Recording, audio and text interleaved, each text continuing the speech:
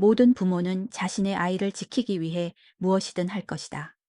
모든 할머니는 사랑하는 손자를 위해 목숨을 바칠 것이다. 하지만 그 할머니가 한국군에서 가장 위험한 여자의 어머니라면 어떻게 될까? 캠프 선더 군부대에서 박동현 병장이 인생 최대의 실수를 저지르려 하고 있다. 5년간 젊은 병사들을 아무런 처벌 없이 구타해왔다. 5년간 자신이 건드릴 수 없는 존재라고 생각해왔다. 오늘 그의 눈앞에는 또 다른 희생양이 있다.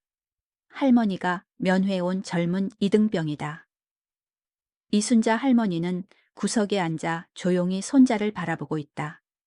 박 병장에게 그녀는 그저 자신의 권력을 보여줄 또 다른 목격자일 뿐이다. 이 겸손한 여인이 특수부대의 전설이 된 딸을 둔 어머니라는 것을 그는 모른다. 그녀의 손녀가 철의 주먹을 가진 군 감찰관이라는 것도 모른다. 박 병장이 할머니 앞에서 젊은 병사를 때릴 때 그는 평소와 같은 반응을 기대한다. 울음, 침묵, 두려움. 하지만 할머니는 휴대폰을 꺼내 번호를 누른다.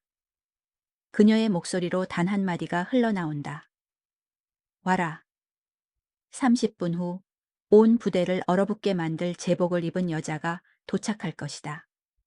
박 병장은 아직 자신의 경력을 망쳤다는 것을 모른다. 전체 부대는 아직 그들의 세계가 뒤바뀔 것이라는 것을 모른다.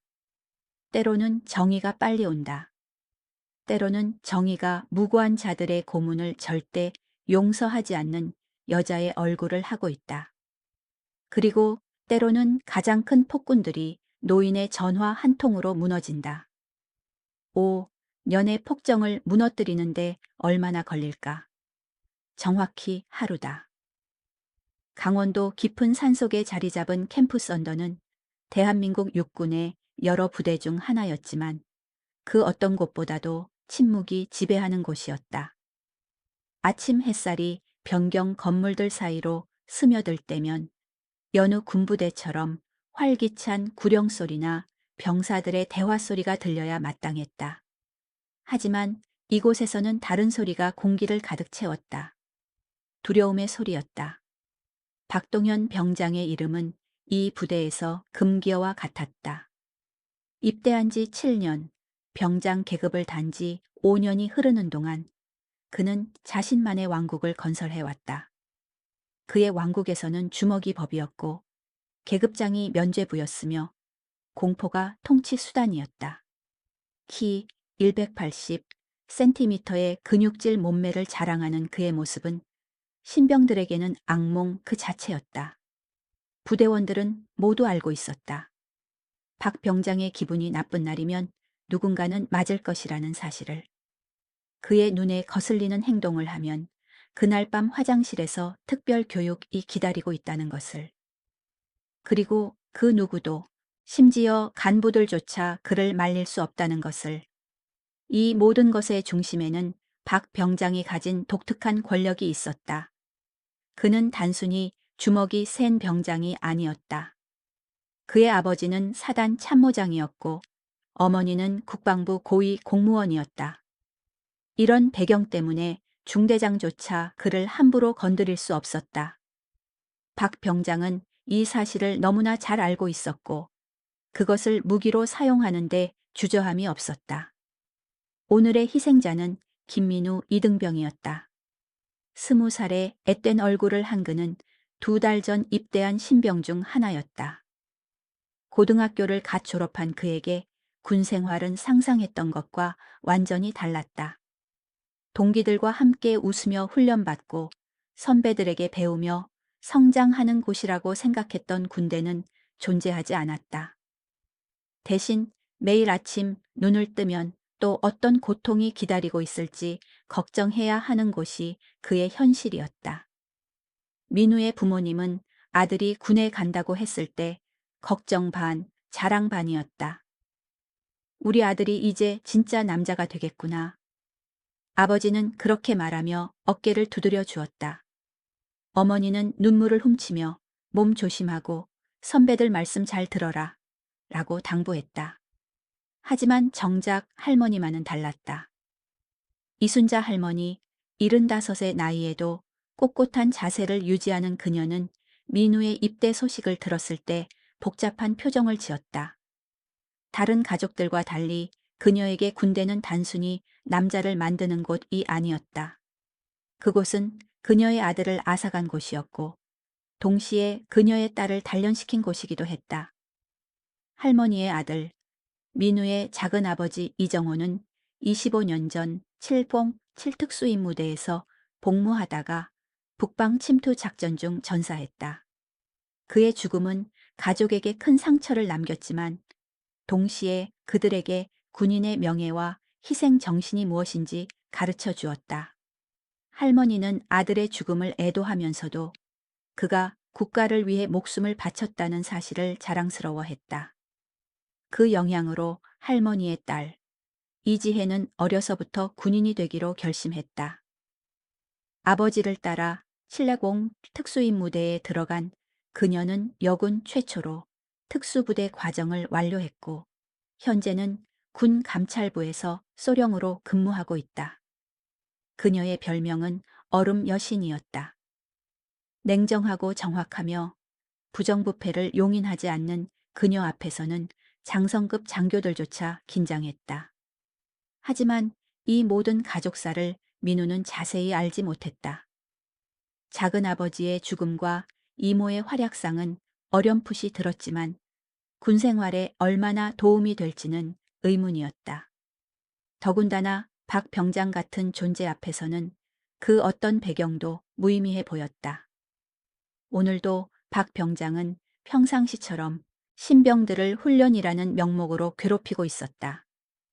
팔굽혀펴기를 시키며 올바른 자세가 나오지 않는다고 발로 차고 구령이 작다며 목청이 터질 때까지 소리를 지르게 했다. 민우는 다른 동기들과 함께 이 모든 것을 묵묵히 견뎠다. 김민우, 박 병장의 목소리가 훈련장에 울려 퍼졌다. 네 할머니가 면회 왔다며? 좋겠네. 할머니한테 손자가 얼마나 똑똑하게 군 생활하고 있는지 보여드려야지. 민우의 심장이 떨어지는 것 같았다. 할머니의 면회는 그에게 유일한 위안이었는데 그것마저 박 병장의 손에 넘어가게 생긴 것이었다. 하지만 거부할 수도 피할 수도 없었다. 이곳에서는 박 병장의 말이 곧 법이었다. 면회실로 향하는 길, 민우는 할머니에게 어떻게 설명해야 할지 고민했다. 군 생활이 힘들다고 말하면 할머니가 걱정하실 것이고 괜찮다고 말하면 거짓말이 될 것이다. 더군다나 박 병장이 함께 있는 상황에서는 진실을 말할 수도 없었다. 면회실 문을 열고 들어간 민우는 할머니의 따뜻한 미소를 보았다. 이순자 할머니는 언제나 그랬듯이 단정한 한복을 입고 손자를 기다리고 있었다. 그녀의 눈에는 걱정과 사랑이 동시에 담겨 있었다. 민우야, 많이 힘들지? 할머니의 첫 마디였다. 민우는 대답하려 했지만 박 병장이 끼어들었다. 할머니, 걱정 마세요. 제가 민우를 잘 가르치고 있습니다. 군인은 고생을 해야 진짜 남자가 되는 법이죠. 할머니는 박 병장을 바라보았다. 그 순간 박 병장은 이상한 느낌을 받았다. 할머니의 눈빛에는 단순한 노인의 온화함이 아닌 다른 무언가가 있었다. 하지만 그는 그것을 무시했다.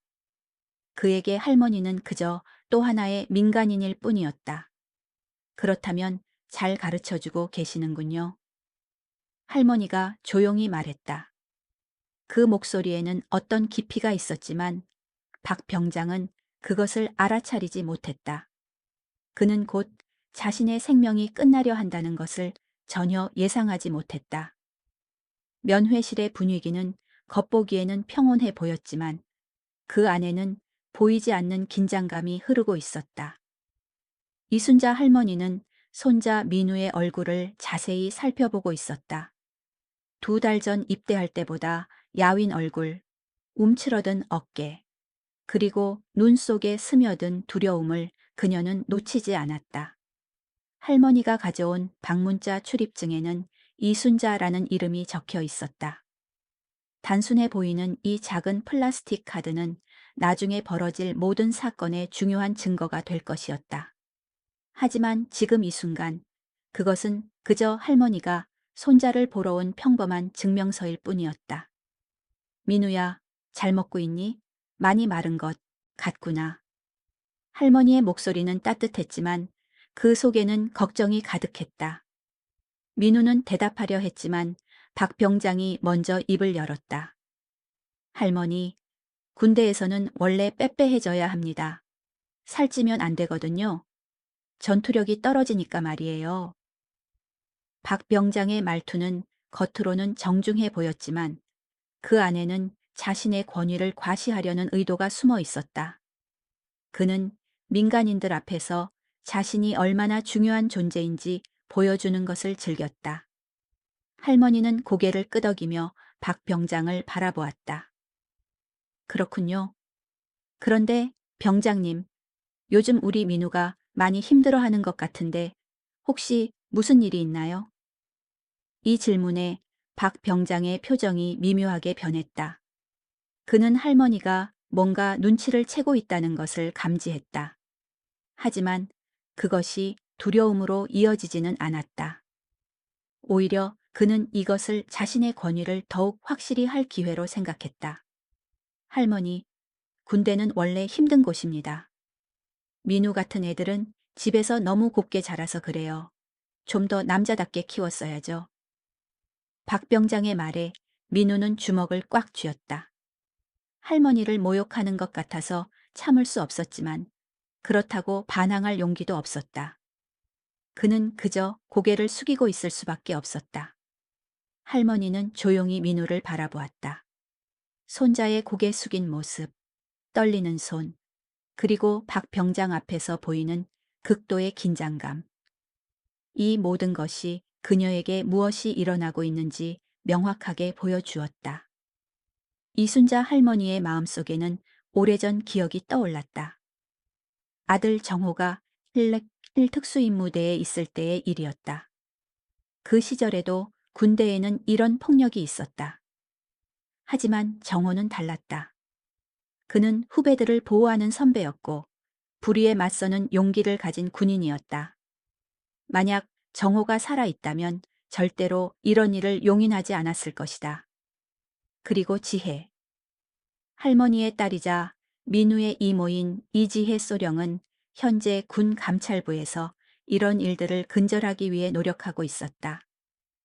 707 특수임무대 출신인 그녀는 군대의 어둠을 누구보다 잘 알고 있었고 그것과 싸우는 것을 자신의 사명으로 여기고 있었다. 병장님, 할머니가 조용히 말했다. 제가 보기에 우리 민우가 많이 무서워하는 것 같은데요. 무서워해요? 박 병장이 웃으며 말했다. 당연하죠. 군대에서 무서워하지 않으면 안 되거든요. 그래야 말을 잘 듣죠.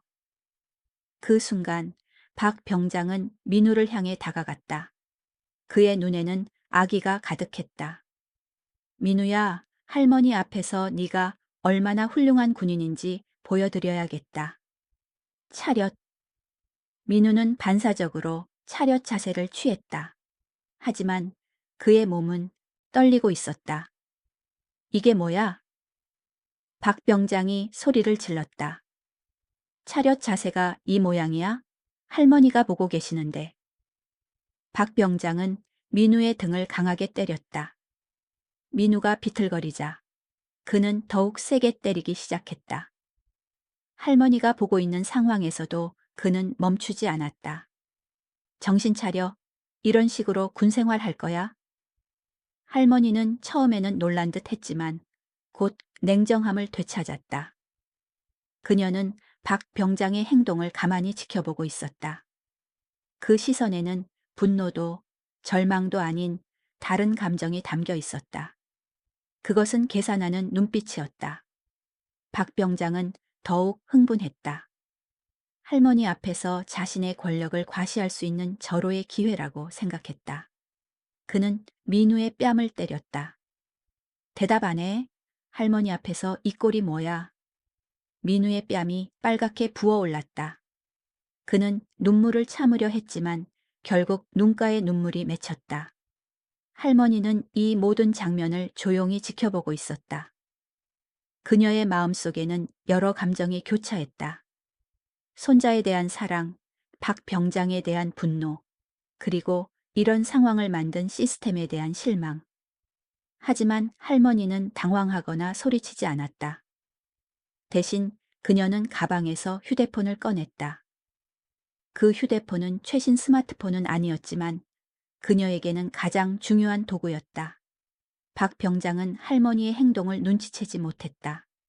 그는 여전히 민우를 괴롭히는데 집중하고 있었다. 이런 식으로 하면 네 할머니가 실망하시겠어. 다시 차렷. 할머니는 휴대폰의 전화번호부를 열었다. 그 안에는 많은 번호가 저장되어 있었지만 그녀가 찾는 것은 하나뿐이었다. 지혜라고 적힌 번호였다. 전화를 걸자 곧바로 연결되었다. 서울 국방부 청사에서 회의 중이던 이지혜 소령이 전화를 받았다. 할머니? 지혜야. 할머니의 목소리는 평상시와 달랐다. 그 안에는 단호함이 있었다. 무슨 일이에요? 할머니는 박 병장이 여전히 민우를 괴롭히는 것을 지켜보며 말했다. 캠프 썬더에 와라. 지금 당장. 전화기 너머로 이지혜의 목소리가 변하는 것을 할머니는 느낄 수 있었다. 무슨 일인지 말씀해 주세요. 민우가. 할머니는 잠시 멈췄다가 계속했다. 민우가 맡고 있다. 내 앞에서. 그 순간 전화기 너머가 조용해졌다. 하지만 할머니는 지혜의 분노가 끓어오르는 것을 느낄 수 있었다. 할머니, 그 자리에서 움직이지 마세요. 1시간 안에 도착하겠습니다. 전화가 끊어졌다. 할머니는 휴대폰을 가방에 넣고 다시 박 병장과 민우를 바라보았다. 박 병장은 여전히 민우를 괴롭히고 있었고 민우는 고통스러워하고 있었다. 하지만 이제 모든 것이 바뀔 것이었다. 할머니는 조용히 미소를 지었다. 그것은 복수의 미소가 아니라 정의가 실현될 것이라는 확신의 미소였다. 박 병장은 아직 자신이 무덤을 파고 있다는 것을 전혀 모르고 있었다. 그는 단순히 한 노인의 손자를 괴롭히고 있다고 생각했다. 하지만 실제로는 대한민국에서 가장 무서운 군 감찰관의 가족을 건드리고 있었다. 1시간 후 캠프 썬더는 완전히 다른 곳이 될 것이었다. 서울 국방부 청사 12층 회의실에서는 고위급 간부들이 참석한 중요한 회의가 진행 중이었다. 군 기강 확립과 변경 내 폭력 근절에 관한 논의였다. 아이러니하게도 바로 그 순간 강원도의 한 부대에서는 그들이 근절하려는 바로 그 폭력이 벌어지고 있었다. 이지혜 소령은 회의 테이블 한쪽에 앉아 자료를 검토하고 있었다. 35세의 그녀는 군 감찰부에서 가장 젊은 소령이면서 동시에 가장 무서운 존재로 통했다. 칠락액칠 특수임무대 출신이라는 배경과 냉철한 판단력, 그리고 부정부패를 절대 용인하지 않는 성격 때문에 그녀 앞에서는 장성들조차 긴장했다. 그녀의 가슴 주머니에는 작은 사진이 들어 있었다. 25년 전 전사한 아버지 이정호 중위의 사진이었다. 칠레봉 7특수임무대에서 복무하던 중 북방 침투 작전에서 산화한 그의 군번줄이었다. 지혜는 이 군번줄을 항상 지니고 다녔다. 그것은 그녀에게 군인으로서의 사명감과 아버지에 대한 그리움을 동시에 상기시켜주는 소중한 유품이었다. 아버지의 죽음은 지혜의 인생을 완전히 바꿔놓았다. 어린 시절부터 그녀는 아버지처럼 훌륭한 군인이 되기로 결심했다. 하지만 단순히 강한 군인이 아니라 약한 자들을 보호하는 군인이 되고 싶었다. 아버지가 국가를 위해 목숨을 바쳤다면 자신은 동료 군인들을 위해 싸우고 싶었다. 지혜의 어머니, 즉 민우의 할머니인 이순자는 남편을 잃은 후 홀로 두 아이를 키워야 했다. 하지만 그녀는 절망하지 않았다. 대신 남편의 뜻을 이어받아 아이들을 올바르게 키우는데 모든 것을 바쳤다. 특히 지혜에게는 아버지의 정의감과 용기를 물려주려 노력했다. 정의는 스스로 찾아오지 않는다. 할머니가 어린 지혜에게 자주 해주던 말이었다. 누군가는 나서서 정의를 지켜야 한다. 그것이 우리 가족의 사명이다. 이런 가정 교육 속에서 자란 지혜는 자연스럽게 아버지의 길을 따르게 되었다. 707 특수임무대에 들어간 것도 나중에 군 감찰부로 옮긴 것도 모두 이런 사명감 때문이었다. 회의가 한창 진행되던 중 지혜의 휴대폰이 진동했다. 평소라면 회의 중에는 전화를 받지 않겠지만 발신자가 할머니인 것을 확인한 순간 그녀의 표정이 변했다. 할머니는 절대로 급하지 않은 일로는 전화하지 않는 분이었다. 죄송합니다. 잠깐 받겠습니다. 지혜는 회의실을 나가며 전화를 받았다. 할머니? 전화기 너머로 들려오는 할머니의 목소리는 평소와 달랐다. 그 안에는 분노와 결심이 동시에 들어 있었다. 지혜야, 캠프 썬더에 와라. 지금 당장. 지혜는 즉시 상황의 심각성을 깨달았다. 할머니가 이런 어조로 말할 때는 반드시 중대한 일이 벌어진 때였다. 무슨 일인지 말씀해 주세요. 민우가 맡고 있다. 내 앞에서. 그 한마디에 지혜의 온몸에 차가운 분노가 흘렀다. 민우는 단순한 조카가 아니었다. 아버지를 잃고 자란 그녀에게 민우는 마치 자신의 동생 같은 존재였다. 그리고 누군가 가족을 건드렸다는 것은 용서할 수 없는 일이었다. 할머니, 그 자리에서 움직이지 마세요. 1시간 안에 도착하겠습니다. 전화를 끄는 지혜는 즉시 행동에 나섰다. 먼저 회의실로 돌아가 상황을 설명했다. 긴급한 현지 감찰이 필요한 상황이 발생했습니다. 캠프 썬더 부대에 즉시 파견되겠습니다. 무슨 일인가? 회의를 주재하던 대령이 물었다. 변경 내 폭력 사건에 대한 신고가 들어왔습니다. 즉시 조사가 필요합니다. 지혜는 자세한 설명을 피했다. 이것이 개인적인 일이라는 것을 들키고 싶지 않았다. 하지만 동시에 이것은 개인적인 일이 아니기도 했다. 군 내부의 폭력은 그녀가 척결해야 할 척이었고 그것이 자신의 가족에게 벌어졌다면 더욱 용서할 수 없는 일이었다.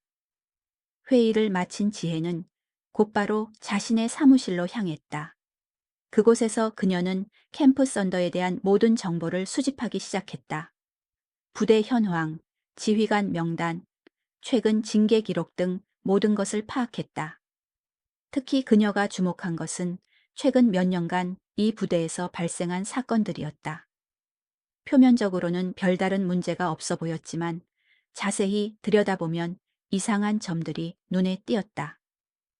신병들의 자대 배치 희망 순위에서 이 부대가 계속 하위권에 머물렀고 전출 신청도 다른 부대에 비해 유난히 많았다. 뭔가 숨기고 있군. 지혜는 혼자 중얼거렸다. 그녀는 곧바로 캠프 썬더에 대한 비공식 조사를 지시했다. 군 감찰부의 정보망을 통해 이 부대의 실상을 파악하기 시작했다. 그리고 곧 충격적인 정보들이 들어오기 시작했다. 박동현 병장, 5년간 이 부대를 공포로 지배해온 인물, 고위 간부의 아들이라는 배경을 등에 업고 온갖 폭력을 저질러온 자. 하지만 아직까지 단 한 번도 제대로 처벌받은 적이 없는 자. 지혜의 눈빛이 차가워졌다. 이런 인물이 자신의 조카를 괴롭혔다는 것도 화가 났지만 더욱 화가 나는 것은 이런 일이 지금까지 방치되어 왔다는 사실이었다. 이번에는 끝이다. 지혜는 이를 갈며 말했다. 그녀는 즉시 캠프 썬더로 향할 준비를 했다. 군 감찰관으로서의 모든 권한을 동원할 생각이었다. 개인적인 복수가 아니라 군 기강 확립을 위한 정당한 조치였다. 채 오르기 전 지혜는 가슴 주머니에 아버지 사진을 만졌다. 아버지, 지켜보세요. 제가 옳은 일을 하고 있는지. 서울에서 강원도 캠프 썬더까지는 평상시에도 2시간이 걸리는 거리였다. 하지만 이지혜 소령은 1시간 안에 도착하겠다고 약속했다. 그녀의 차는 고속도로를 질주하며 산악 지형을 향해 달려가고 있었다. 조수석에는 707 특수임무대의 상징인 검은 베레모가 놓여 있었다. 그것은 그녀의 정체성을 보여주는 동시에 앞으로 벌어질 일의 심각성을 상징하는 물건이었다. 차 안에서 지혜는 계속해서 정보를 수집하고 있었다. 휴대폰을 통해 부하 직원들과 연락을 주고받으며 캠프 썬더의 실상을 파악하고 있었다. 들어오는 정보들은 그녀를 더욱 분노하게 만들었다. 소령님, 추가 정보 들어왔습니다. 부하 직원의 목소리가 전화기를 통해 들렸다. 박동현 병장 관련해서 비공식적으로 제보된 사건들이 적지 않습니다. 하지만 대부분 무마되었거나 축소 처리되었습니다. 구체적으로 어떤 사건들인가? 신병 구타, 금품 갈취, 심지어는 성추행 의혹도 있었습니다. 하지만 피해자들이 모두 입을 다물었고 부대 차원에서도 은폐하려 했던 것 같습니다. 지혜의 손이 핸들을 더욱 꽉 잡았다. 그 이유는 박동현 병장의 아버지가 사단 참모장 박철수 대령입니다. 어머니는 국방부 인사과 김영희 서기관이고요. 이런 배경 때문에 부대에서도 함부로 건드리지 못했던 것 같습니다. 역겨운 놈들이군. 지혜는 속으로 욕설을 뱉었다. 이런 부패한 시스템이 바로 그녀가 척결하고자 하는 것이었다. 군대는 계급이 아니라 정의로 운영되어야 하는 곳인데 이들은 그것을 사적인 이익을 위해 악용하고 있었다. 한편 캠프 썬더에서는 박 병장이 여전히 민우를 괴롭히고 있었다. 할머니의 전화 이후로도 그는 전혀 눈치채지 못하고 계속해서 자신의 권력을 남용하고 있었다. 김민우, 할머니 앞에서 팔굽혀펴기 30개. 민우는 떨리는 팔로 팔굽혀펴기를 시작했다. 하지만 이미 지친 몸으로는 제대로 할 수 없었다. 팔이 덜덜 떨리며 자세가 무너졌다. 이게 뭐야? 할머니가 보시기에 부끄럽지 않아? 박 병장이 민우의 등을 발로 찼다.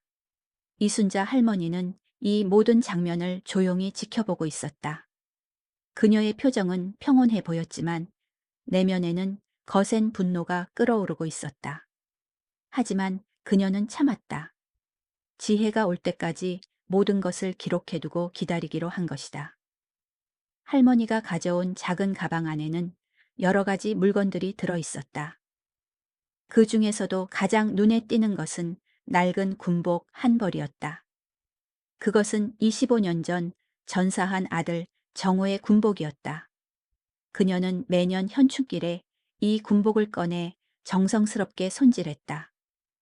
오늘도 혹시나 하는 마음에 가져왔는데 이런 상황에서 그것이 얼마나 의미 있는 물건인지 새삼 깨닫게 되었다. 정호는 생전의 후배들을 아끼는 선배였다. 칠령 특수임무대에서도 그의 리더십은 유명했다. 그는 절대로 부하들을 함부로 대하지 않았고 오히려 그들을 보호하는 방패 역할을 했다. 만약 그가 살아있다면 지금 박 병장 같은 인간을 절대로 용인하지 않았을 것이다. 정호야. 할머니는 마음속으로 돌아간 아들을 불렀다. 네 조카가 고생하고 있구나. 하지만 걱정 마라. 네 딸이 곧 해결해 줄 거야. 그 순간 부대 밖에서 차 소리가 들렸다. 검은색 세단이 부대 정문을 통과하며 들어오고 있었다. 차량 앞유리에는 군 감찰부 표시가 붙어 있었고 번호판도 특수번호였다. 정문 경비병들이 차량을 확인하고 즉시 긴장했다. 군 감찰부 차량이 예고 없이 온다는 것은 보통 일이 아니었다. 이는 대개 중대한 문제가 발생했을 때나 볼 수 있는 광경이었다. 지혜는 차에서 내리며 경비병에게 신분증을 보였다. 이지혜 소령, 군 감찰부, 긴급 감찰을 위해 왔다. 예, 알겠습니다. 경비병이 경례를 했다. 지혜는 부대 안으로 들어가면서 주변을 살폈다. 겉보기에는 평범한 군부대 같았지만 그녀의 경험으로는 뭔가 이상한 분위기를 감지할 수 있었다. 병사들의 표정이 너무 경직되어 있었고 간부들의 눈빛에는 뭔가 숨기고 있다는 느낌이 들었다. 부대 본부로 향하던 지혜는 먼저 중대장을 만나야 한다고 생각했다. 하지만 그보다 먼저 할머니와 민우가 있는 면회실로 가기로 했다. 현장을 직접 확인하는 것이 우선이었다. 면회실에 가까워질수록 지혜는 자신의 감정을 추스르려 노력했다. 개인적인 감정으로 인해 판단이 흐려져서는 안 되었다. 하지만 동시에 가족을 건드린 자들에 대한 분노는 억누를 수 없었다. 복도 끝에서 면회실 문이 보였다. 그 안에서 들려오는 소리들은 그녀의 분노를 더욱 증폭시켰다. 누군가의 고통스러운 신음소리와 함께 거친 욕설이 들렸다. 지혜는 잠시 멈춰서서 가슴 주머니에 아버지 사진을 만졌다. 그리고 깊게 숨을 들이마셨다. 이제부터는 이지혜 소령이 아니라 군 감찰관이었다. 그리고 동시에 이 부대의 악몽을 끝낼 심판자였다. 문 앞에 선 지혜는 손을 문고리에 올렸다. 이 문을 열면 모든 것이 바뀔 것이었다. 면회실 안에서는 박동현 병장이 여전히 민우를 괴롭히고 있었다. 그는 할머니 앞에서 자신의 권력을 과시하는 것에 완전히 도취되어 있었다. 민우의 고통스러운 표정과 할머니의 침묵을 자신에 대한 두려움으로 해석하고 있었다. 김민우, 할머니한테 제대로 인사해.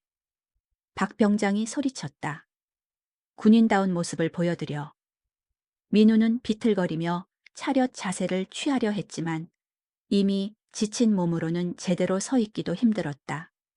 그의 뺨은 빨갛게 부어 있었고 입꼬리에는 피가 맺혀 있었다.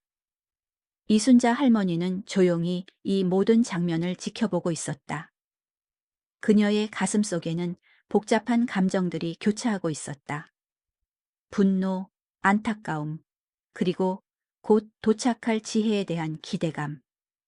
바로 그때 면회실 문이 열렸다. 이지혜 소령이 문을 열고 들어오는 순간 면회실 안의 분위기는 순간적으로 얼어붙었다. 그녀는 군 감찰부 제복을 입고 있었고 어깨에는 소령 계급장이 반짝이고 있었다. 하지만 그보다 더 인상적인 것은 그녀의 눈빛이었다. 차갑고 날카로운 마치 검과 같은 시선이었다. 박 병장은 처음에는 상황을 파악하지 못했다.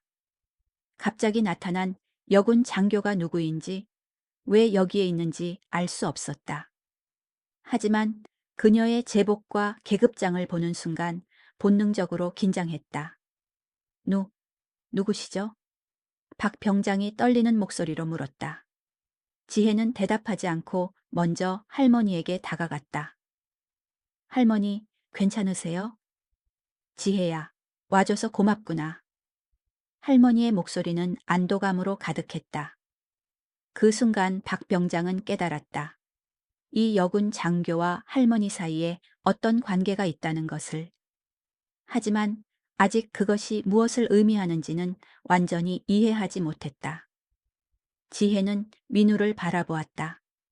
조카의 상처투성이 얼굴을 본 순간 그녀의 내면에서 차가운 분노가 치솟았다. 하지만 겉으로는 전혀 감정을 드러내지 않았다. 대신 더욱 차가운 목소리로 말했다.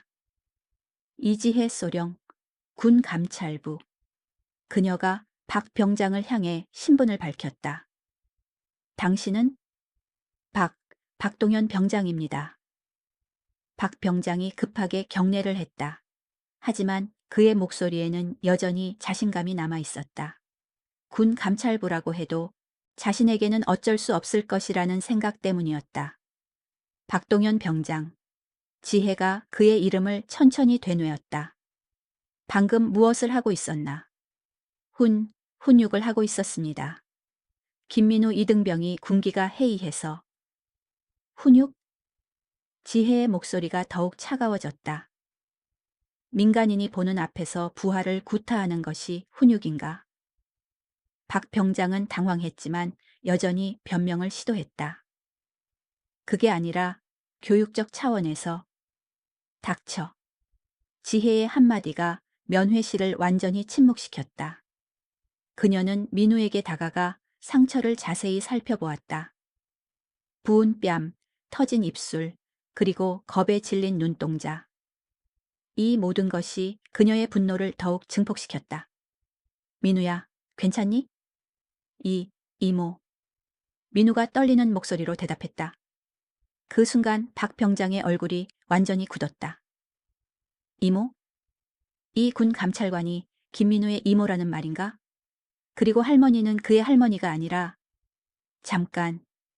박 병장이 말을 더듬으며 말했다. 설마 할머니가 소령님의 어머니다. 지혜가 차갑게 대답했다. 이순자는 내 어머니고 김민우는 내 조카다. 그리고 너는 방금 내 가족을 건드렸다. 박 병장의 얼굴에서 모든 혈색이 사라졌다. 그는 이제야 자신이 얼마나 큰 실수를 저질렀는지 깨닫기 시작했다. 단순한 신병과 할머니가 아니라 군 감찰부 소령의 가족을 건드린 것이었다. 그걸 어떻게 알고 미리 말씀해 주시지. 미리 말해야 하나? 지혜가 비웃으며 말했다. 부하를 구타하지 않으려면 그가 누구의 가족인지 미리 알아야 하나. 그게 군인의 자세인가? 박 병장은 아무 말도 할 수 없었다. 지혜의 논리는 완벽했고 그의 모든 변명을 막아버렸다. 지혜는 할머니를 바라보았다. 할머니, 처음부터 자세히 말씀해 주세요. 무슨 일이 있었는지. 할머니는 천천히 상황을 설명하기 시작했다. 박 병장의 지속적인 괴롭힘, 오늘의 구타 사건, 그리고 그것을 막으려 하지 않은 다른 간부들의 태도까지. 지혜는 모든 이야기를 들으며 머릿속으로 법적 절차를 정리하고 있었다. 민간인 앞에서의 구타, 지속적인 가혹행위, 그리고 이를 은폐하려는 조직적 시도. 이 모든 것이 중대한 군기 위반 행위였다. 박동현 병장, 지혜가 정식으로 그를 불렀다. 군기교육대에서 무엇을 배웠나? 부해에 대한 가혹행위가 어떤 처벌을 받는지 알고 있나? 박 병장은 식은땀을 흘리며 대답하지 못했다. 그는 이제야 자신의 행동이 얼마나 큰 문제를 일으킬 수 있는지 깨닫고 있었다. 지혜는 휴대폰을 꺼내 누군가에게 전화를 걸었다. 여기는 이지혜 소령이다. 캠프, 선더에 즉시 감찰팀을 파견하라. 중대한 군기 위반 사건이 발생했다. 전화를 끊은 지혜는 박 병장을 향해 말했다. 너의 군 생활은 오늘로 끝이다. 아니, 정확히 말하면 1시간 전에 이미 끝났어야 했다. 박 병장의 다리가 후들거렸다. 그는 이제 자신이 얼마나 큰 적을 만났는지 완전히 이해했다. 박동현 병장의 다리가 후들거렸지만 그는 아직도 완전히 포기하지 않았다. 5년간 쌓아온 자신감과 배경에 대한 믿음이 쉽게 사라지지 않았다. 그는 마지막 카드를 꺼내들기로 했다. 소령님, 저에게도 사정이 있습니다. 박 병장이 떨리는 목소리로 말했다. 제 아버지는 사단 참모장이시고 어머니는 국방부에서 근무하십니다. 이 일이 크게 번지면 모두에게 좋지 않을 것 같은데요. 면회실에 잠시 침묵이 흘렀다. 할머니와 민우는 숨을 죽이고 상황을 지켜보고 있었다. 박 병장은 자신의 배경이 효과를 보기를 기대하며 지혜의 반응을 기다렸다. 하지만 지혜의 표정은 전혀 변하지 않았다. 오히려 그녀의 눈빛이 더욱 차가워졌다. 협박인가? 지혜가 천천히 말했다. 아, 아닙니다. 협박이 아니라. 박 병장이 당황하며 변명했다. 너는 지금 군 감찰관 앞에서 자신의 배경을 내세워 수사를 방해하려 하고 있다. 지혜의 목소리는 얼음장처럼 차갔다. 이것은 궁의 위반에 더해 직무방해와 권력 남용 교사에 해당한다. 박 병장의 얼굴이 창백해졌다. 그는 상황을 더 악화시켰다는 것을 깨달았다. 그리고 지혜가 계속했다. 너의 아버지가 사단 참모장이라고 했나? 박철수 대령? 예, 예. 내가 직접 통화해보겠다. 지혜가 휴대폰을 꺼냈다. 박 병장은 패닉 상태에 빠졌다. 아버지에게 이 일이 알려지면 집에서도 큰 문제가 될 것이었다. 무엇보다 아버지의 군 경력에도 타격을 줄 수 있었다. 지혜는 번호를 찾아 전화를 걸었다. 몇 번의 신호음 후에 전화가 연결되었다. 박철수 대령님, 군 감찰부 이지혜 소령입니다. 전화기 너머로 박 대령의 목소리가 들렸다. 감찰부에서 무슨 일로? 대령님의 아들 박동현 병장에 관한 문제입니다. 현재 캠프 썬더에서 중대한 군기 위반 사건을 조사 중입니다. 잠시 침묵이 흘렀다. 그리고 박 대령의 목소리가 달라졌다. 무슨 일인지 자세히 말씀해 주십시오. 지혜는 간략하게 상황을 설명했다. 민간인 앞에서의 구타, 지속적인 가혹행위, 그리고 방금 전 권력을 이용한 수사 방해 시도까지. 이해했습니다. 박 대령의 목소리는 무거웠다. 소령님, 법에 따라 엄중히 처리해 주십시오.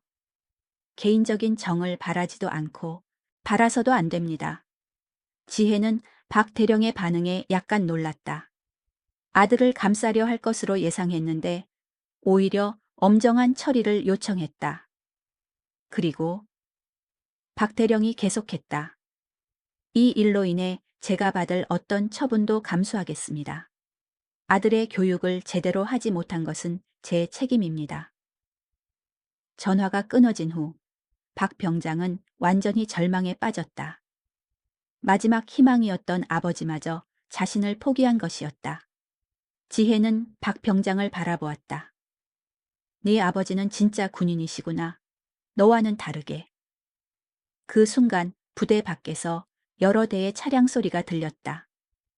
지혜가 요청한 감찰팀이 도착한 것이었다. 동시에 부대 내 방송 시스템에서 알림이 울렸다. 전 간부 및 병사는 각자 위치에서 대기하라. 군 감찰부 조사가 진행 중이다. 이 방송을 들은 부대원들은 모두 긴장했다. 평소에는 볼 수 없는 상황이었다. 특히 박 병장과 관련된 간부들은 얼굴이 창백해졌다. 그들 중 상당수가 박 병장의 행동을 알고도 묵인하거나 심지어 도와준 적이 있었기 때문이다. 중대장 최영호 대위는 사무실에서 이 방송을 들으며 식은땀을 흘렸다. 그는 박 병장의 배경 때문에 그의 행동을 여러 번 눈감아준 적이 있었다. 사단 참모장의 아들이라는 것이 부담스러워 제대로 된 조치를 취하지 않았던 것이다. 소대장들도 마찬가지였다. 그들은 박 병장의 폭력을 알고 있었지만 군대에서는 어느 정도 거친 것이 당연하다는 식으로 합리화하며 방치했다. 더군다나 박 병장이 문제를 일으킬 때마다 위에서 은근히 덮어주라는 신호가 왔기 때문에 더욱 소극적이었다. 지혜는 면회실을 나가며 민우에게 말했다. 민우야, 의무실에 가서 치료받고 진단서를 받아둬. 이것도 중요한 증거가 된다. 예, 이모. 그리고 할머니. 지혜가 할머니를 향해 돌아섰다. 오늘 일어난 모든 일을 자세히 기록해 두세요. 증인 진술서를 작성해야 합니다. 할머니는 고개를 끄덕였다. 알겠다, 지혜야. 모든 것을 정확히 기억하고 있어. 지혜는 박 병장을 향해 마지막으로 말했다. 너는 지금부터 조사를 받을 때까지 격리 조치된다. 다른 부대원들과 접촉은 금지다. 박 병장은 고개를 떨구고 있었다. 그의 5년 폭정이 단 1시간 만에 무너지고 있었다. 감찰팀이 부대에 도착하면서 캠프 썬더의 진짜 조사가 시작될 것이었다. 그리고 그 조사를 통해 이 부대에 얼마나 깊은 부패와 폭력이 뿌리내리고 있었는지 드러날 것이었다. 지혜는 복도를 걸으며 생각했다. 이것은 단순히 한 명의 가해자를 처벌하는 것이 아니었다. 이런 일이 반복되지 않도록 시스템 자체를 바꿔야 했다. 감찰팀이 본격적으로 조사를 시작한 지 2시간이 지났을 때 지혜는 예상하지 못했던 충격적인 사실을 발견하게 되었다. 부대 본부에서 진행된 서류 조사 과정에서 나온 결과였다. 지혜는 자신의 부하 직원인 김상훈 중위로부터 보고를 받고 있었다. 김 중위는 컴퓨터 화면을 보며 심각한 표정으로 말했다. 소령님, 이상한 점을 발견했습니다. 어떤 것? 박동현 병장의 가혹행위 사건들을 시간 순서대로 정리해 봤는데 패턴이 있습니다. 모든 사건이 특정 시기에 집중되어 있어요. 지혜는 자료를 자세히 살펴보았다. 김 중위의 말이 맞았다. 박 병장의 폭력 사건들은 무작위로 일어난 것이 아니라 매번 특정한 상황에서 발생했다. 이것 봐세요. 김 중위가 화면을 가리켰다. 부대 감찰이나 상급 부대 시찰이 있기 전에 항상 폭력 사건이 증가합니다. 마치 고의적으로 사건을 만드는 것 같아요. 지혜는 이 말에 깜짝 놀랐다. 단순한 개인적 폭력이 아니라 더 큰 계획의 일부일 수 있다는 뜻이었다. 더 파보겠다. 지혜가 말했다. 다른 부대들과도 비교해봐라. 김중위는 인근 다른 부대들의 자료를 끌어왔다. 그리고 1시간 후 더욱 충격적인 결과가 나왔다. 소령님, 큰일입니다. 김중위의 목소리가 떨렸다. 이것은 단순한 개인 범죄가 아닙니다. 지혜는 김중위가 정리한 자료를 보고 경악했다. 캠프 썬더뿐만 아니라 인근 5개 부대에서 모두 비슷한 패턴이 발견된 것이었다. 각 부대마다 박 병장과 같은 역할을 하는 인물이 있었고 그들의 행동 패턴이 거의 동일했다. 이건 조직적 범죄다. 지혜가 중얼거렸다. 더욱 놀라운 것은 이 모든 부대들이 한 명의 인물과 연결되어 있다는 사실이었다. 그 인물은 다름 아닌 사단 인사과장 김영희 서기관이었다. 박동현의 어머니였다. 지혜는 즉시 추가 조사를 지시했다. 그리고 나온 결과는 상상을 초월하는 것이었다. 김영희 서기관은 지난 10년간 자신의 아들과 같은 문제 아들을 각 부대에 의도적으로 배치해왔다. 이들의 역할은 부대 내에서 적당한 수준의 문제를 일으키는 것이었다. 그러면 상급 부대에서 감찰이나 시찰을 올 때 이런 작은 문제들을 해결해 보이며 실제로는 더 큰 비리를 숨기는 연막 역할을 하는 것이었다. 이 여자가 얼마나 교묘한지 보세요. 김중희가 설명했다. 실제로는 각 부대에서 엄청난 규모의 군수품 횡령이 일어나고 있었습니다. 하지만 감찰관들은 병사 구타 같은 눈에 띄는 문제들에만 집중하게 되어 있었어요. 지혜는 이 거대한 음모의 규모에 압도되었다. 자신이 조카의 개인적 문제로 시작한 조사가 거대한 부패 조직을 발견하게 된 것이었다. 얼마나 큰 규모인가? 지혜가 물었다. 대략 계산해도 수십억 원 규모입니다. 그리고 이것이 10년간 지속되었으니 지혜는 심호흡을 했다.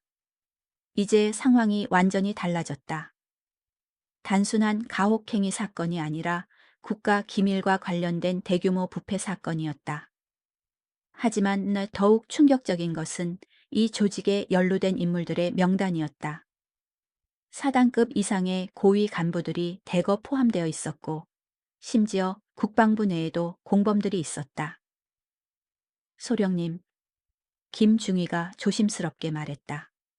이 조사를 계속 진행하는 것이 안전할까요? 상대가 너무 큽니다. 지혜는 잠시 고민했다. 정말로 위험한 상대들이었다. 하지만 포기할 수는 없었다. 아버지의 군번줄을 만지며 그녀는 다짐했다. 아버지가 목숨을 바쳐 지키려 한 나라가 이런 식으로 썩어가고 있을 수는 없다. 그때 지혜의 휴대폰이 울렸다. 발신자는 국방부 감찰부장이었다. 이소령, 무슨 일인가? 갑자기 여러 부대에서 동시에 감찰 요청이 들어오고 있는데 지혜는 상황을 간략하게 보고했다. 감찰부장의 목소리가 점점 심각해졌다. 이소령, 지금 말한 내용이 사실이라면 이것은 국가 보안과 직결된 문제다.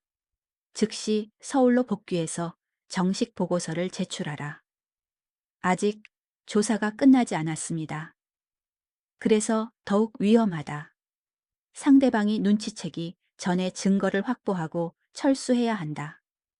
지혜는 딜레마에 빠졌다. 조사를 중단하면 증거를 인멸당할 가능성이 있었다. 하지만 계속 진행하면 자신과 팀원들의 안전이 위험해질 수 있었다. 그 순간 할머니가 조사실로 들어왔다. 그녀의 손에는 낡은 봉투가 들려 있었다. 지혜야, 이것 좀 보렴. 할머니가 건넨 봉투 안에는 오래된 편지들이 들어 있었다. 그것들은 25년 전 아버지 이정호가 할머니에게 보낸 편지들이었다. 지혜는 그중 한 통을 읽어보았다. 편지에는 충격적인 내용이 적혀 있었다. 어머니, 부대에서 이상한 일들이 벌어지고 있습니다. 누군가 고의적으로 혼란을 만들고 있는 것 같아요. 하지만 아직 확실한 증거가 없어서 말씀드리지 못했습니다. 그 편지는 이정호가 전사하기 불과 일주일 전에 쓴 것이었다. 지혜는 편지를 다 읽고 할머니를 바라보았다. 할머니, 이것을 네 아버지도 같은 일을 조사하고 있었단다. 할머니가 조용히 말했다. 그리고 그 때문에 할머니의 말이 끝나기 전에 지혜는 모든 것을 이해했다. 아버지의 죽음이 단순한 작전 중 사고가 아니라 이 거대한 음모를 파헤치려 했기 때문일 가능성이 있다는 것을. 아버지의 죽음도 이들과 관련이 있다는 말씀인가요? 할머니는 고개를 끄덕였다. 25년 동안 확신하지 못했지만 오늘 일을 보니 확실해졌다. 지혜의 눈에 분노의 불꽃이 타올랐다. 이제 이것은 단순한 직무가 아니었다. 아버지의 복수이자 그가 끝내지 못한 일을 완성하는 것이었다. 아버지의 편지를 읽은 후 지혜의 마음속에는 복잡한 감정들이 소용돌이치고 있었다. 25년 동안 품어왔던 아버지에 대한 그리움, 그의 죽음에 대한 의문, 그리고 이제 밝혀진 거대한 음모에 대한 분노, 모든 것이 한꺼번에 몰려왔다. 지혜는 할머니를 바라보았다. 할머니, 왜 이제야 이 편지를 보여주시는 건가요? 확신이 없었단다. 할머니의 목소리는 무거웠다. 내 아버지의 죽음을 단순한 사고가 아니라고 의심하기는 했지만 증거가 없었어. 그리고 너와 민우가 다칠까봐 두려웠단다. 하지만 오늘 일을 보니 오늘 박 병장이 보인 행동, 그리고 뒤에 숨은 조직적인 냄새. 이 모든 것이 네 아버지가 편지에서 언급한 것과 너무 비슷해. 이제는 확신한다. 지혜는 아버지의 편지를 다시 읽어보았다. 편지 말미에는 이런 내용이 적혀 있었다. 만약 내게 무슨 일이 생긴다면 이것은 우연이 아닐 것입니다. 누군가 나를 제거하려 할 것입니다. 하지만 걱정하지 마세요.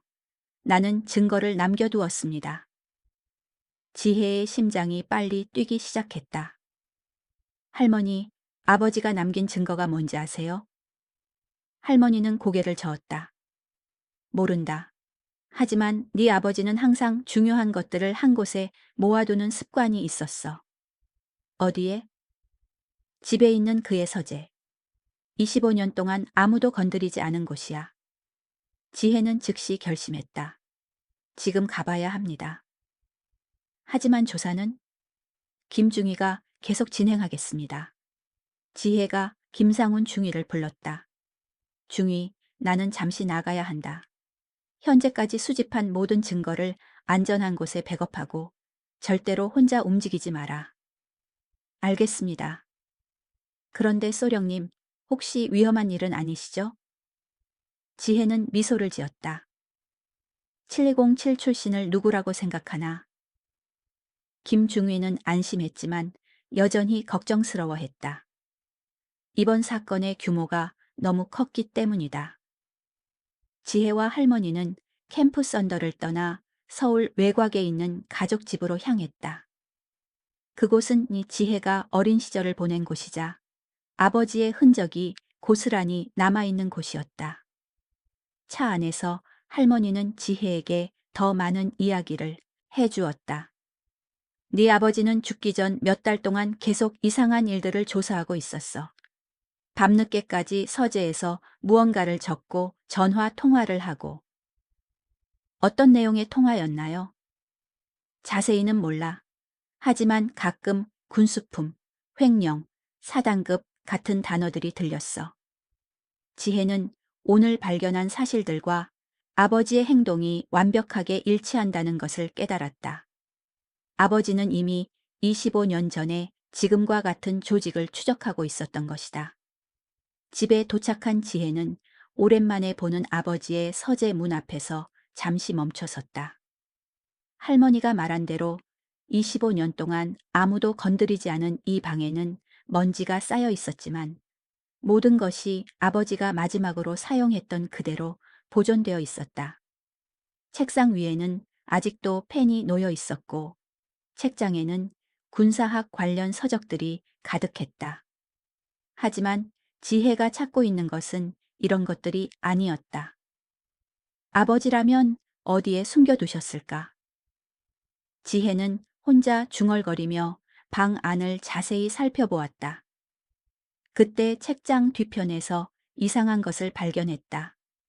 다른 책들과 달리 한 권의 책만 약간 튀어나와 있었다.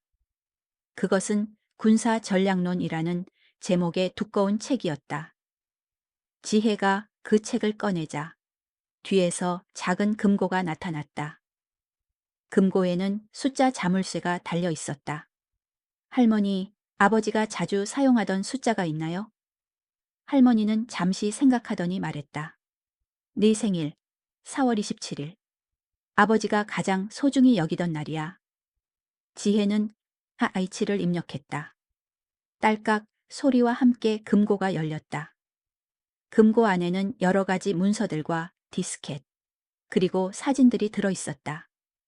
지혜는 그중 가장 위에 있던 봉투를 열어보았다. 그 안에는 지혜에게 라고 적힌 편지가 들어있었다. 편지를 읽는 지혜의 손이 떨리기 시작했다. 사랑하는 딸 지혜야. 이 편지를 읽고 있다는 것은 나에게 무슨 일이 생겼다는 뜻이겠지. 미안하다. 아빠가 너를 두고 먼저 가게 되어서. 하지만 너는 내가 왜 이런 위험한 일을 해야 했는지 이해해 줄 거라고 믿는다. 우리 군대에는 썩은 부분들이 있어. 그들은 국가의 안보를 자신들의 이익을 위해 팔아넘기고 있다. 나는 지난 1년 동안 이들의 조직을 추적해왔다. 김영희라는 인물을 중심으로 한 거대한 횡령 조직이다. 그들은 각 부대에 자신들의 사람을 심어놓고 체계적으로 국가 재산을 빼돌리고 있다. 금고에 있는 모든 자료들이 그 증거다.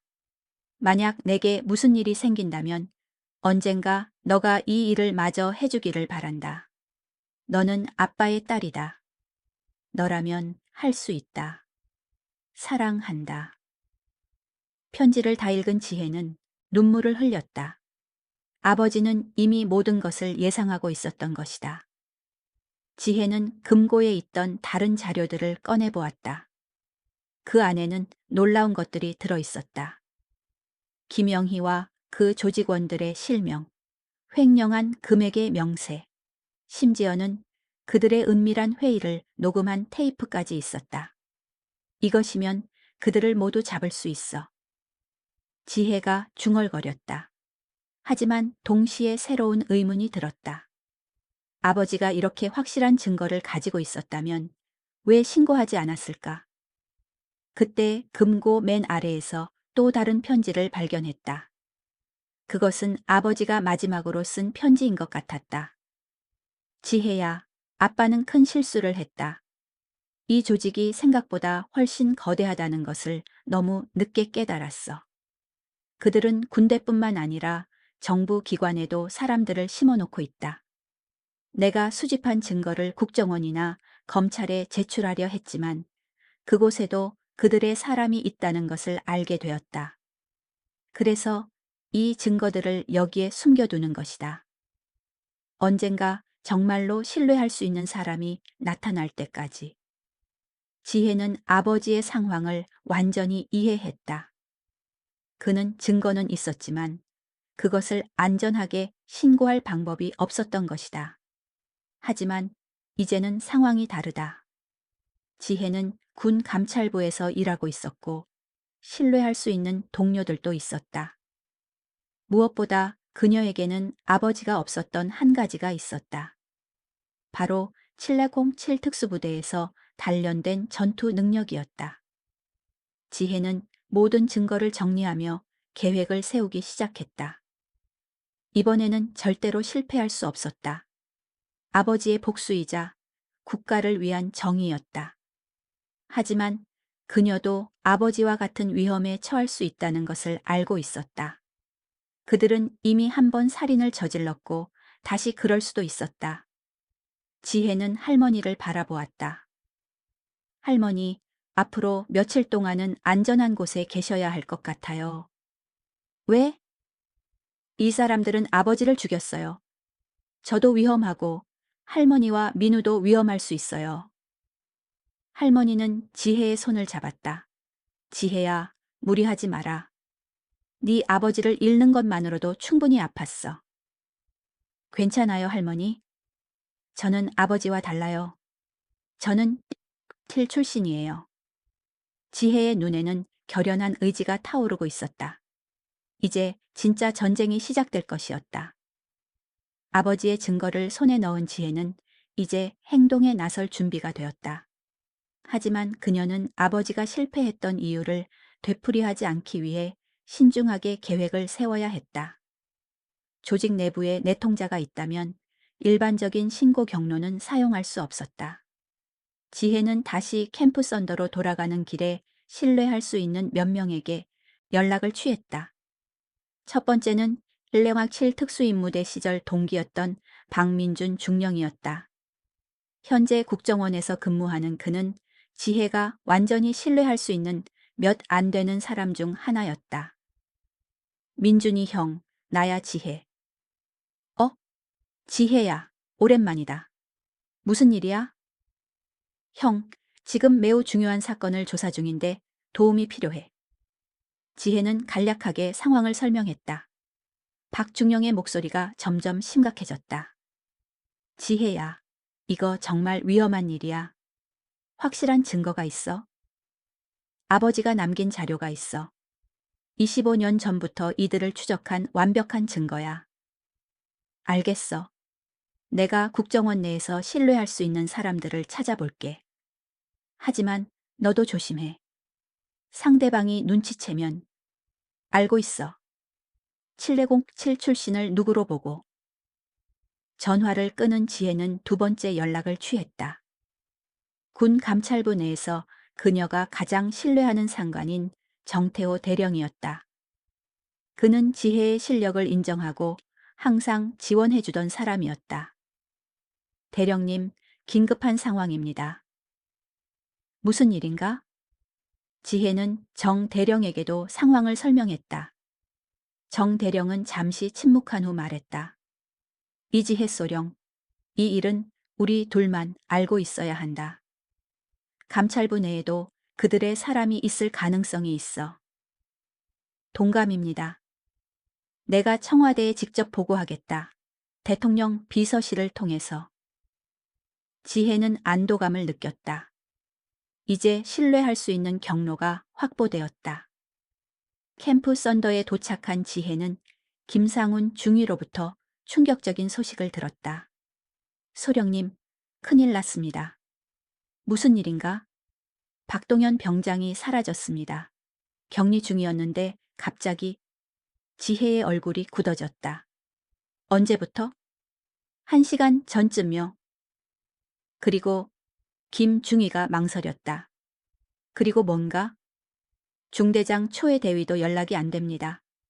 사무실에 있어야 할 시간인데 어디 갔는지. 지혜는 즉시 상황을 파악했다. 조직이 움직이기 시작한 것이었다. 박 병장의 체포 소식이 위로 전달되면서 그들이 증거인멸에 나선 것이다. 중위, 지금까지 수집한 모든 자료를 즉시 백업해라. 그리고 부대 출입을 통제해. 예. 하지만 이미 늦었을지도 모른다는 생각이 지혜를 불안하게 만들었다. 그때 지혜의 휴대폰이 울렸다. 모르는 번호였다.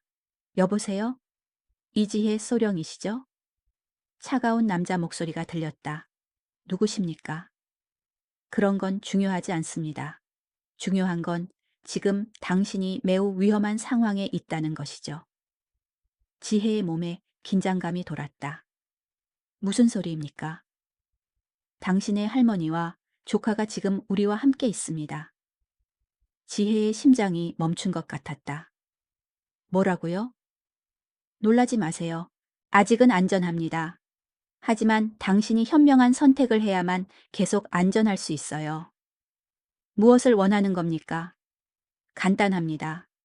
지금까지 수집한 모든 자료를 가지고 혼자서 지정된 장소로 오세요. 그러면 가족들을 돌려보내 드리죠. 지혜는 이를 갈았다. 예상했던 일이지만 실제로 벌어지니 분노가 치솟았다. 장소는 캠프 썬더에서 북쪽으로 10km. 폐광 입구에서 기다리고 있겠습니다. 1시간 안에 오세요. 그리고 절대로 다른 사람에게 말하지 마세요. 전화가 끊어졌다. 지혜는 주먹을 꽉 쥐었다. 이제 진짜 싸움이 시작되었다. 김중위가 걱정스러운 표정으로 다가왔다. 소령님, 무슨 일입니까? 지혜는 잠시 고민했다. 가족의 안전이 걸린 일이었지만 혼자서 가는 것은 자살 행위나 마찬가지였다. 하지만 다른 방법이 있을까? 중위. 지혜가 결심한 듯 말했다. 내가 없어도 조사를 계속 진행해라. 그리고 정태호 대령님께 모든 것을 보고해. 소령님, 어디 가시는 겁니까? 지혜는 대답하지 않고 자신의 차로 향했다. 7.207 시절 훈련이 그녀의 몸에 되살아나고 있었다. 이제는 군 감찰관이 아니라 특수요원이었다. 폐광으로 향하는 산길은 어둠에 쌓여 있었다. 지혜는 차를 몰면서 머릿속으로 작전을 계획하고 있었다. 7특수 임무대에서 배운 모든 것을 동원해야 할 때였다. 차 트렁크에는 그녀의 예비 장비들이 들어 있었다. 권총, 전술 조끼, 야간 투시경, 그리고 통신 장비. 군 감찰관으로서는 과한 장비일 수 있지만 707 출신인 그녀에게는 필수품이었다. 지혜는 폐광에서 1km 떨어진 곳에 차를 세웠다. 나머지 거리는 도보로 이동하기로 했다. 적들이 그녀의 접근을 모르게 하기 위해서였다. 밤하늘 아래 폐광은 으스스한 모습이었다. 오래전 문을 닫은 이곳은 이제 범죄자들의 은신처로 사용되고 있었다. 지혜는 야간 투시경을 통해 주변 상황을 파악했다. 폐광 입구에는 3대의 차량이 주차되어 있었다. 그리고 여러 명의 인물들이 경계를 서고 있었다. 그들 중 한 명은 박동현 병장이었다. 지혜는 조심스럽게 폐광 주변을 정찰했다. 그녀의 목표는 할머니와 민우를 안전하게 구출하면서도 적들을 모두 체포하는 것이었다. 쉽지 않은 일이었지만 불가능하지도 않았다. 폐광 내부에서 목소리가 들렸다. 지혜는 더 가까이 다가가 귀를 기울였다. 이지혜가 올까? 한 남자의 목소리였다. 올 수밖에 없어. 가족이 인질로 잡혀 있으니까. 다른 목소리가 대답했다. 그러면 그 여자와 증거를 모두 처리하는 거지? 당연하지. 25년 전에 그 아버지를 처리했던 것처럼. 지혜는 이를 갈았다. 역시 아버지의 죽음은 이들의 소행이었다. 하지만 조심해야 해. 그 여자는 707 출신이야. 실력 불칠이 뭐? 어떻다고? 총알 앞에서는 다 똑같아. 대화를 들으며 지혜는 적들의 수와 위치를 파악했다. 총 7명이 있는 것 같았다. 그들 중 일부는 무장하고 있었다. 지혜는 휴대폰으로 자신의 위치를 박민준 중령에게 전송했다. 만약의 사태에 대비한 것이었다. 그리고 폐광 뒤쪽으로 돌아가 침입 경로를 찾았다. 다행히 오래된 환기구가 있었다. 그곳을 통해 내부로 들어갈 수 있을 것 같았다. 지혜는 전술 장비를 착용하고 환기구를 통해 폐광 내부로 침입했다. 내부는 복잡한 갱도로 이루어져 있었고 여러 곳에 조명이 설치되어 있었다. 조심스럽게 이동하던 지혜는 할머니와 민우가 갇혀 있는 곳을 발견했다. 그들은 깊은 갱도 끝에 있는 작은 방에 묶여 있었다. 다행히 다친 곳은 없어 보였다. 할머니, 민우야. 지혜가 작은 소리로 불렀다. 할머니와 민우는 지혜를 보고 안도의 표정을 지었다. 지혜야, 오지 말았어야 했었는데. 할머니가 걱정스럽게 말했다. 괜찮아요. 곧 나갈 거예요. 지혜가 그들의 밧줄을 풀어주며 말했다. 하지만 그때 뒤에서 박수 소리가 들렸다. 역시 링크7 출신이군요. 조용히 침입하는 솜씨가 일품이에요. 지혜는 돌아보았다. 중년의 여성이 여러 명의 무장한 남자들과 함께 서 있었다. 그 여성이 바로 김영희였다. 김영희 서기관이군요. 지혜가 차갑게 말했다. 맞습니다. 그리고 당신은 이정호의 딸이죠. 아버지를 많이 닮았어요. 내 아버지를 죽인 게 당신들이군요. 김영희가 웃었다. 그분은 너무 고집이 세셨어요. 타협할 생각을 안 하시더라고요. 당신은 어떠신지? 타협? 지혜가 비웃었다. 국가를 배신한 자들과 무슨 타협을 하라고요? 아직도 모르시는군요. 우리가 얼마나 큰 조직인지. 군대, 정부, 심지어 기업체까지 모든 곳에 우리 사람들이 있어요. 지혜는 김영희의 말에 놀라지 않았다. 이미 예상했던 일이었다. 그래서 뭐 어쩌라고요? 현명한 선택을 하세요. 당신이 가진 증거를 모두 넘기고 조용히 살아가세요. 그러면 가족들도 안전할 거예요. 지혜는 잠시 생각하는 척했다. 그리고 갑자기 움직였다. 순식간에 가장 가까이 있던 무장한 남자의 총을 빼앗고 그를 제압했다. 7677에서 배운 근접 전투 기술이 완벽하게 발휘되었다. 모두 무기를 버려 지혜가 소리쳤다. 하지만 적들도 만만치 않았다. 즉시 총격전이 벌어졌다. 지혜는 할머니와 민우를 엄호하면서 맞섰다. 어둠 속에서 총성이 울려 퍼졌다. 진짜 전쟁이 시작된 것이었다. 폐광 내부에서 벌어진 총격전은 치열했지만 오래 지속되지 않았다. 지혜의 블랙기군 7 훈련은 어둠 속에서 더욱 빛을 발했다. 그녀는 갱도의 구조를 활용해 적들을 하나씩 제압해 나갔다. 김영희는 총격전이 시작되자마자 도망치려 했지만 지혜는 그녀를 놓치지 않았다. 마지막 무장한 남자를 제압한 후 지혜는 김영희를 추격했다. 도망갈 곳은 없어요. 지혜가 외쳤다. 김영희는 폐광 깊은 곳으로 도망쳤지만 결국 막다른 길에 다다랐다. 그녀는 떨리는 손으로 권총을 지혜에게 향했다. 가까이 오지 마. 나를 죽이면 모든 증거가 사라져. 그래요? 하지만 내 아버지가 남긴 증거면 충분해요. 김영희의 얼굴이 절망으로 일그러졌다. 이정호가 증거를 남겼다고? 불가능해. 우리가 모든 걸 확인했는데. 아버지는 당신들보다 한 수 위였어요. 지혜가 차갑게 말했다. 25년 동안 기다린 보람이 있네요. 그때 폐광 밖에서 헬리콥터 소리가 들렸다. 박민준 중령이 국정원 특수팀을 이끌고 도착한 것이었다. 김영희는 마지막 발악을 시도했다. 하지만 지혜가 더 빨랐다. 순식간에 그녀의 무기를 제거하고 제압했다. 김영희, 25년 전 우리 아버지를 죽인 혐의로 체포한다. 몇 분 후 국정원 특수팀이 폐광에 도착했다. 박민준 중령은 지혜를 보고 안도의 표정을 지었다. 지혜야, 괜찮아?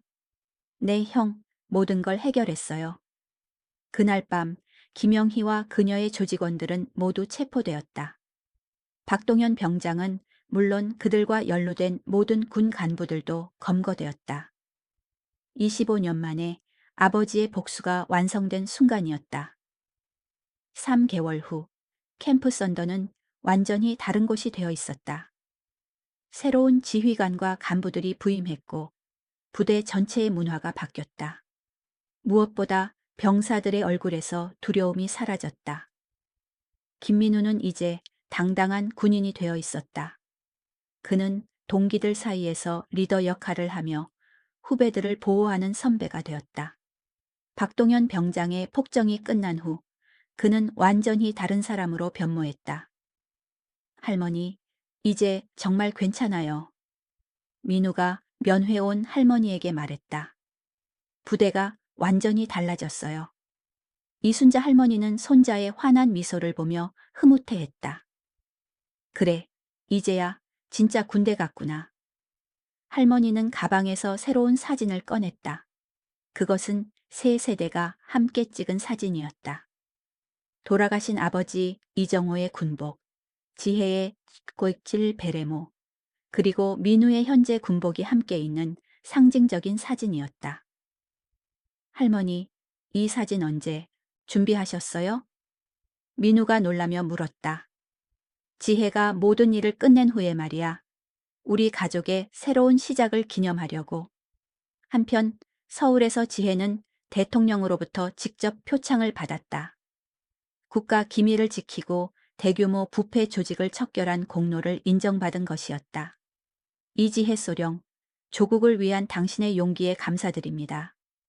대통령이 말했다. 저는 제 의무를 다했을 뿐입니다.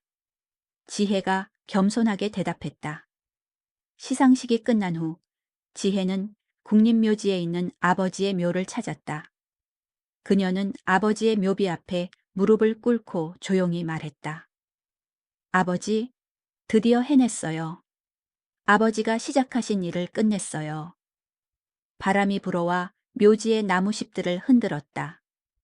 마치 아버지가 대답하는 것 같았다. 그날 저녁, 지혜는 할머니와 민우와 함께 저녁 식사를 했다. 세 사람의 얼굴에는 평온함이 가득했다. 오랫동안 가슴에 묻어두었던 아픔이 마침내 치유된 것이었다. 이제 정말 끝났구나. 할머니가 말했다. 네, 할머니. 이제 새로운 시작이에요. 지혜는 창밖을 바라보았다. 서울의 야경이 아름답게 펼쳐져 있었다. 그녀가 지킨 나라, 아버지가 목숨을 바쳐 지키려 했던 나라의 모습이었다. 때로는 정의가 늦게 온다. 하지만 결코 오지 않는 것은 아니다. 그리고 때로는 한 사람의 용기가 모든 것을 바꿀 수 있다. 캠프 선더의 새로운 아침이 밝았다.